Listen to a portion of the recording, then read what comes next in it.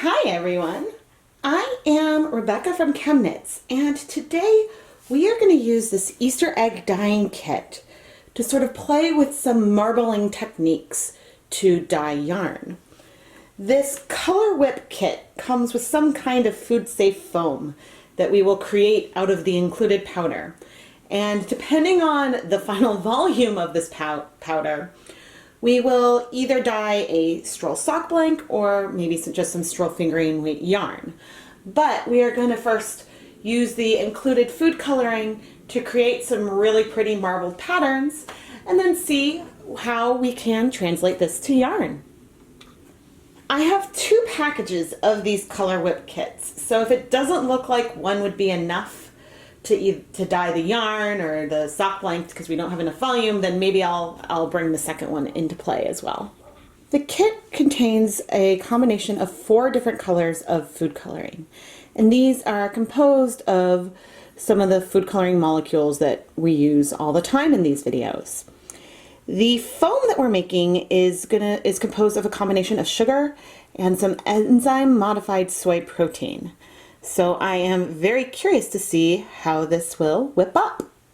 I am pre-soaking the yarn in some tap water with 3 tablespoons of white vinegar. This is slightly higher than I normally use, but I want to make sure that these marbled colors strike to the yarn, strike to the fibers really quickly, so that way we can retain the pattern. And I'm going to make sure to soak these yarns for at least 30 minutes, mainly because that's how long before I am planning to start the filming, but also just I want to make sure that the fibers are completely saturated. I've got the foam and the food coloring from our Color Whip kit, toothpicks for swirling, my electric mixer for whipping up the foam, and a container. I have covered my work surface with some plastic wrap that I plan to use to wrap up the yarn to steam it on the stovetop after we've applied the color. And yeah, I've got the cookie sheet where we'll actually do the foam. I added 1/3 cup of some approximately room temperature water, I used lukewarm water, into this 4-cup bowl. And now I'm going to use my electric mixer and this powder to create the foam that we will use for the marbling technique. Hopefully the 4-cup container is large enough for the foam we're going to make, but we will find out. I mean, it has an odor. I can't really describe very well what it smells like. It definitely, you can smell the sugar. So I've got my hand mixer. You can mix this by hand, but the instructions said to whip it for like 3 minutes until you get stiff peaks. So that's why I decided not to try to do this by hand. So I will come back once the foam is ready to go.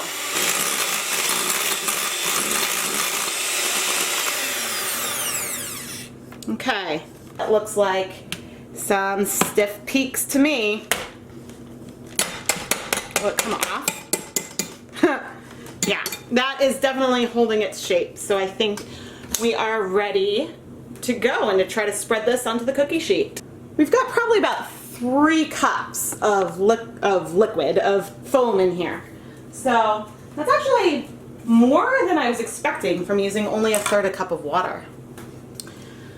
I ran the yarns through the salad spinner to remove as much of the pre-soaked water as possible.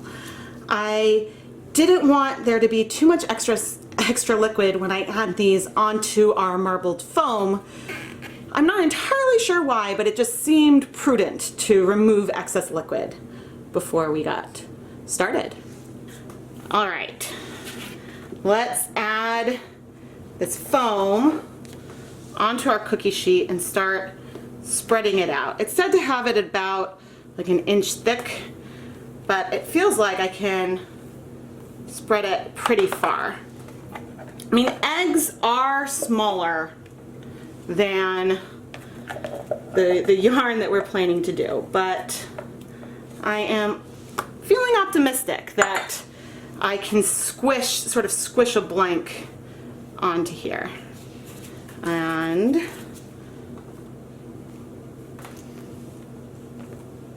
yeah, and if the colors are too pale, we can always over-dye it, over-dye the blank later. So, but the purpose of the gloves, everything is food safe that I'm using today. The purpose of the gloves is to just keep my hands from getting all food coloring-y.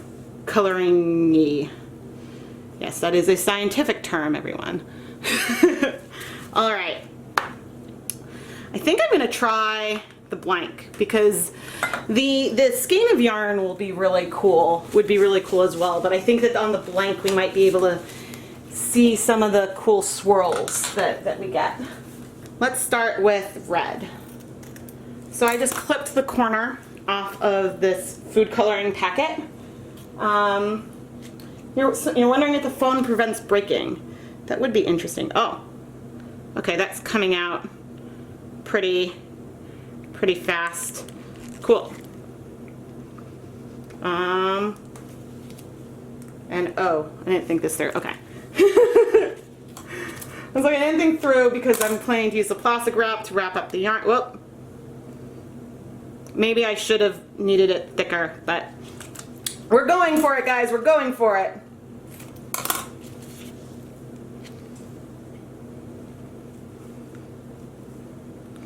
And actually, who needs a toothpick? I probably could do this with one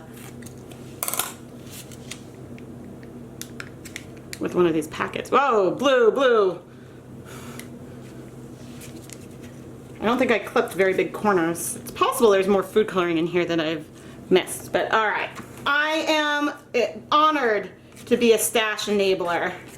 All right, let's mix these colors. And maybe I should use the packet because this, I've never played with marbling before. I mean, this is fun. Just the toothpick isn't, it's slow.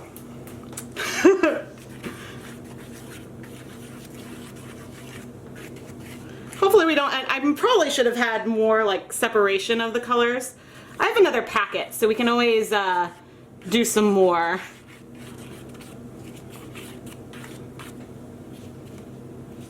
Oh man, look at the color on my hand. Woohoo! Okay, I am actually, because I want to do some broader strokes, I'm going to use this spatula to do some.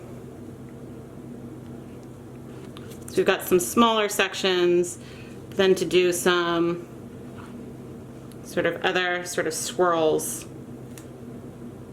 All right, I think I'm gonna sort of leave it like that because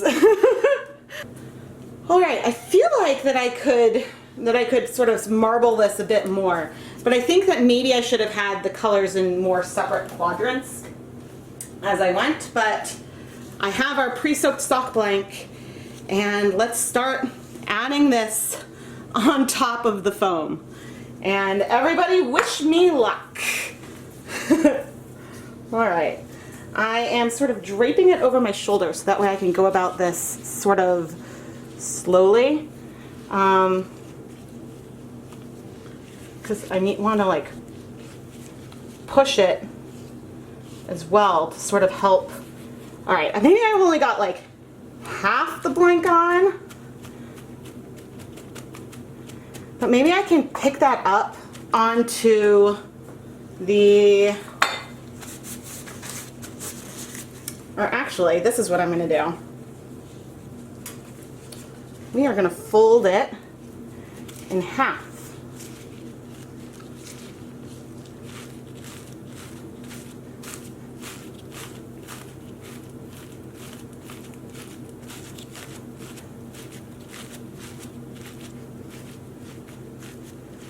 And let some of these colors sort of come through both sides. And I get cool. I have no idea. This is sometimes what happens when I sort of make things up as I go along. I thought I'd be able to like fit more on here, but folding it over, ooh, wow, was kind of a fun idea. Okay. So what we have here now is we've got the color. I mean, if I peel this up, the foam is basically in the blank. So what I'm going to do is pull this over, sort of transfer the blank onto the plastic wrap. And let me show you what is left. You can really see the impression of the yarn on the foam. I'm not sure if you guys can see that super well. I have a good shot for the video, but that's really, really cool looking. And we definitely have like a really cool marbled design. I just took some of the excess dye from the pan onto the spatula and applied it to some of this intermediate portion between the darker colors and the paler colors, so that way there's not really a white stripe striking in between them. Everything is going to get a bit more, I guess, pressed as we roll this up in the plastic wrap into a jelly roll. But yeah, so we might end up with some more color than we expect on that other side. But here is what the cookie sheet looks like now. Now I am going to take the plastic wrap that I had used to protect the work surface and use that to roll up this blank. So you guys should all hopefully be able to see just fine. You can see some of these bright colors that we have on the first side compared to those paler colors we were getting on the back. And now what I'm going to do is squeeze it a little bit. This should help. Ooh, funny, there's still some foam in there.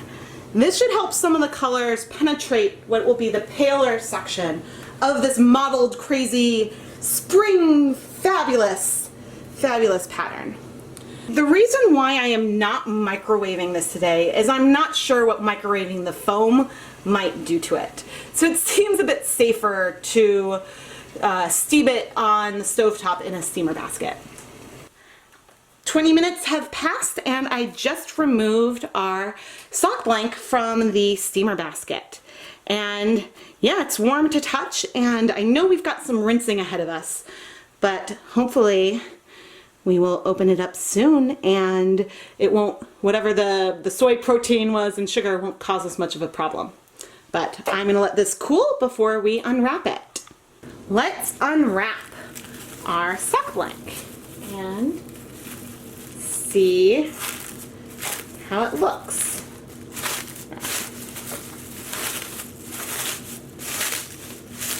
Ooh, look at that. This is the second side.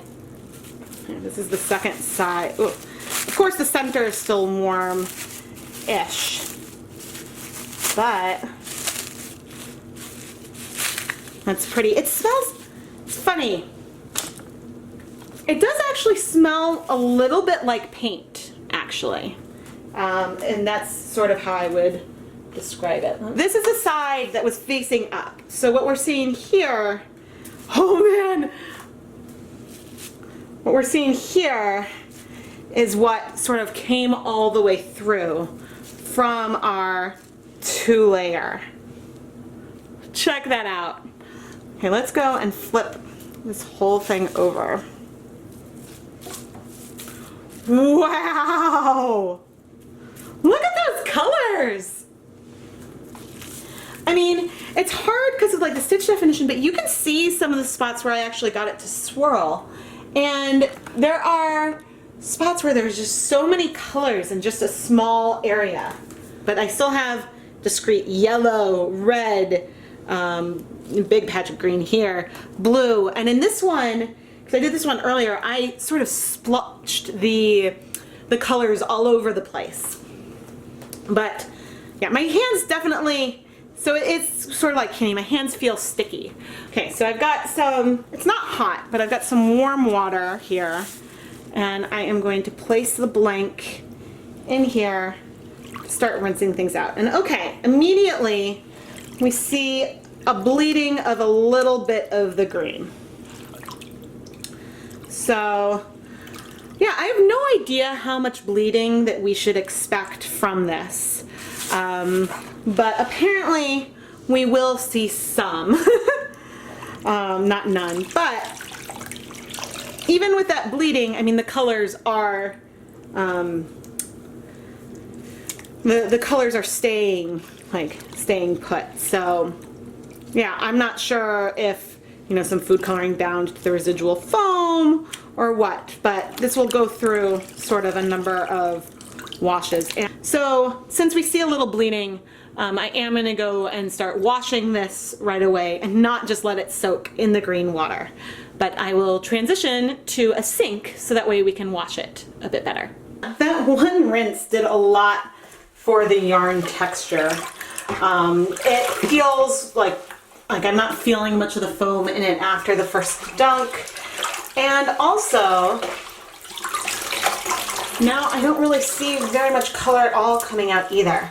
So it's possible that some color just bound to the foam, which is pretty cool. I mean, I guess it's soy protein, so it makes sense that color would bind to it, right? Because these are protein-based fibers, and so the food coloring is binding to it. So anyway, I'm now going to add a tiny bit of clear dish soap. The reason why I like the clear dish soap is just because then I can tell if the water is bleeding. When I was using green dish soap, it was a little harder to tell if the tiny bit of color was from the soap or what. But even though it feels like most of the foam is out, there's still a tiny, tiny bit of bleeding. I'm going to rinse this a few more times than I might normally, just to make sure everything is out. I want the final yarn to be soft and fluffy, not an icky, sticky mess. But when our blank is dry, I will come back and show off the final dry blank. Here is the dried sock blank.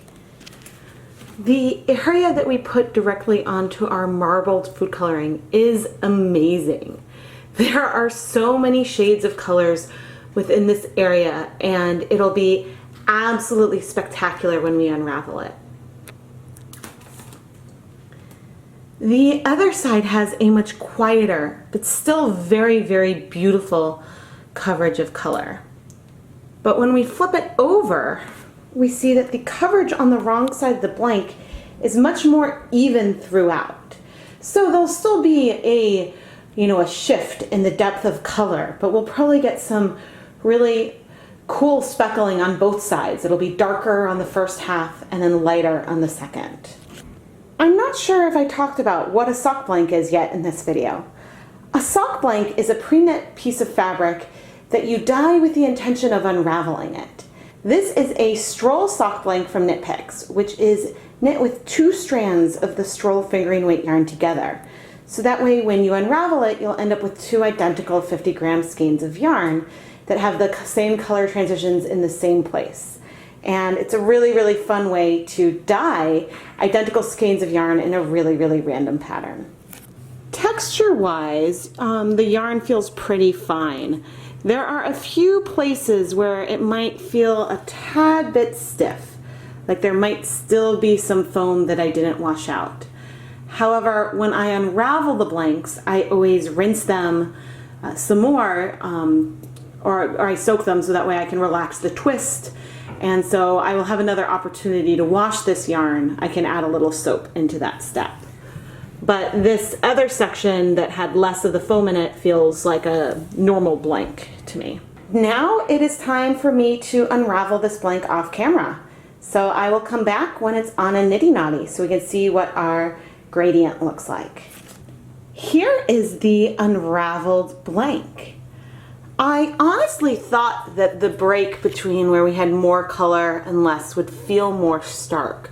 But because there are some bold sections in the paler region, I don't think it's going to be as sharp of a color change as maybe I thought from looking at the blank. Having a lot of color on the reverse side also helped there be these deeper tones, even though they appear less frequently in the paler half. This is also where we see the benefit from having a double-stranded blank, because we end up with these two identical 50-gram skeins of yarn, and we know that the transition from the lighter colors to the darker colors is going to happen in the same place, making these yarns perfect for something as like a symmetrical scarf or a shawl, or even some identical socks. I have just added some additional ties and removed the yarn from my niddy noddies. And now I'm going to soak the yarn to help relax the crimp, so that way I can twist it up and store it and worry less about them ending up a tangled mess. Here are the finished hanks of yarn. The tiny specks of color in this yarn are unbelievable. And I really want to play around with this sort of marbling technique more in the future. Now, with the timing of this video, you might still be able to find some of these color whip kits in the store. And if you wait a couple days, you might even find them on clearance. However, I do plan to try to investigate other forms of foam to play around with this in the future, so that way we aren't limited to playing with these techniques in only March and April. I am Rebecca from ChemKnits, and thank you for watching this video. This dyeing project came from a live stream that was sort of a sneak peek of the types of behind-the-scenes sneak peeks I am offering to patrons of ChemKnits. If you want to learn more about how to support ChemKnits on a more personal level, check out our Patreon page. The link will be in the video description. Also, don't forget to subscribe to the ChemKnits Tutorials YouTube channel. I release at least 2 videos every week, and we have a lot of fun exploring different ways to apply dye to fiber. Thanks for watching!